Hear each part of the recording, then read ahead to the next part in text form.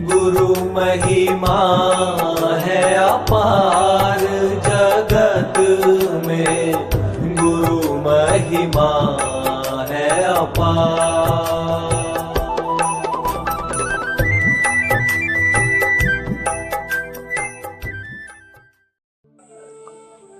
महापुरुषों जी प्रेम से कहना धन निरंकार जी। महापुरुषों, आज के हम इस वीडियो में जानेंगे साधन बड़ा है या साधना, क्योंकि आज मनुष्य पूरे साधन के लिए सब कुछ इंतजाम करते करते पूरा जीवन व्यतीत कर देता है, लेकिन वह यह नहीं समझ पाता कि हमें यह मनुष्य जीवन किस लिए मिला है। आज हम संत निरंकारी मिशन की पत्रिका से बहुत से महापुरुषों के द्वारा और सद्गुरु माता सुदीक्षा जी के भी विचार श्रवण करेंगे। तो आइए विचार को श्रवण करते हैं, साथ ही इस चैनल को सब्सक्राइब कर लें ताकि ऐसे ही वीडियो आपको मिलता रहे, और यदि कुछ सीखने को मिलता है तो इसे शेयर भी कर दें।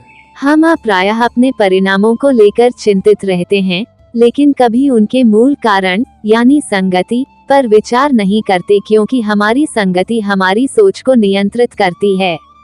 हमारी सोच हमारे विश्वास और भावनाओं को नियंत्रित करती है। हमारे विश्वास और भावनाएं हमारे शब्दों को नियंत्रित करती है। हमारे शब्द हमारे कार्यों को नियंत्रित करते हैं। हमारे कार्य हमारे परिणामों को नियंत्रित करते हैं।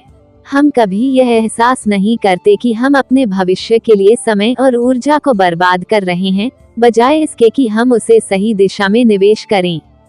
प्रसिद्ध अमेरिकी निबंधकार, कवि, दार्शनिक और प्रकृतिवादी हेनरी डेविड थोरो ने 1854 में प्रकाशित हुई अपनी पुस्तक वाल्डेन में लिखा था, मनुष्य अपने उपकरणों के औजार बन गए हैं। हेनरी डेविड थोरो का ये कथन आज के संदर्भ में बेहद सटीक है। हम स्मार्टफोन, इंटरनेट और सोशल मीडिया के दौर में जी रहे हैं। ये सभी साधन हमारे जीवन को सरल और सहज बनाने के लिए बनाए गए थे, लेकिन क्या हमने कभी सोचा है कि कहीं ये साधन हमारे ऊपर हावी तो नहीं हो रहे? कहीं हम इनके गुलाम तो नहीं बनते जा रहे? विशेषतः आज युवा अपने जीवन का बहुमूल्य समय वर्चुअल दुनिया में बिताने लगे हैं, जहां वास्तविक रिश्ते, अनुभव और आत्मविकास कहीं पीछे छूट जाता है। आज हम अपने लक्ष्यों की प्राप्ति के लिए उपकरणों का उपयोग करने के बजाय इन उपकरणों को अपनी जिंदगी पर हावी होने की अनुमति देते हैं और इस प्रकार इन उपकरणों के अधीन हो जाते हैं। हमें ये समझने की जरूरत है कि सोशल मीडिया का उद्देश्य जुड़ाव बढ़ाना है, लेकिन यदि यह हमें अकेला और असुरक्षित महसूस करवा रहा है, तो ये हमारा मित्र नहीं बल्कि हमारे मन का शत्रु है। स्वामी विवेकानंद ने कहा था, तुम्हारे भीतर अनंत शक्तियां हैं। ये शक्तियां तभी जागृत होंगी जब तुम अपने मन और बुद्धि का सही उपयोग करोगे। तकनीक, उपकरण और संसाधन हमारे सेवक होने चाहिए, न कि हम उनके।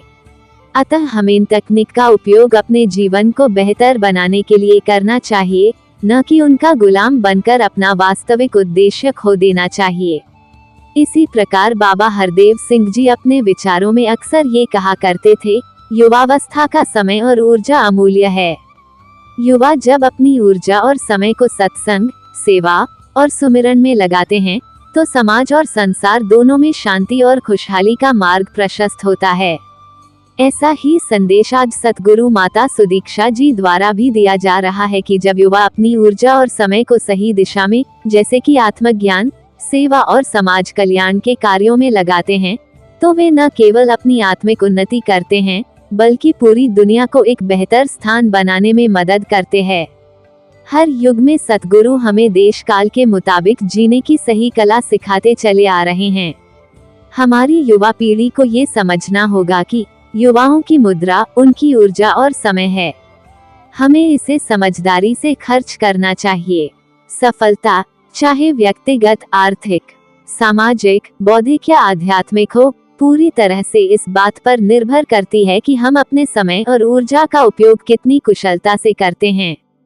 ये हमारे दैनिक निर्णयों और प्राथमिकताओं पर आधारित होता है क्योंकि किसी भी क्षेत्र में प्रगति करने के लिए सबसे महत्वपूर्ण कारक यही है कि हम अपने संसाधनों को किस प्रकार नियोजित करते हैं। यदि हम अपने समय और ऊर्जा को अनावश्यक कामों में, जैसे कि स्क्रीन पर अत्यधिक समय बिताने या अनुत्पादक आदतों में बर्बाद करने में करते हैं, तो ये हमें महत्वपूर्ण अवसरों से वंचित कर देता है। इसके विपरीत, यदि हम इन संसाधनों का समझदारी से उपयोग करें, तो यह निरंतर प्रगति, कौशल विकास और दीर्घकालिक आर्थिक एवं व्यक्तिगत विकास की दिशा में महत्वपूर्ण कदम साबित होता है। सद्गुरु कृपा करे कि हम सभी युवा जागृत हों और अपने जीवन को एक सकारात्मक दिशा में मोड़ें। साधन का स्वामी बने, उसका साधन नहीं।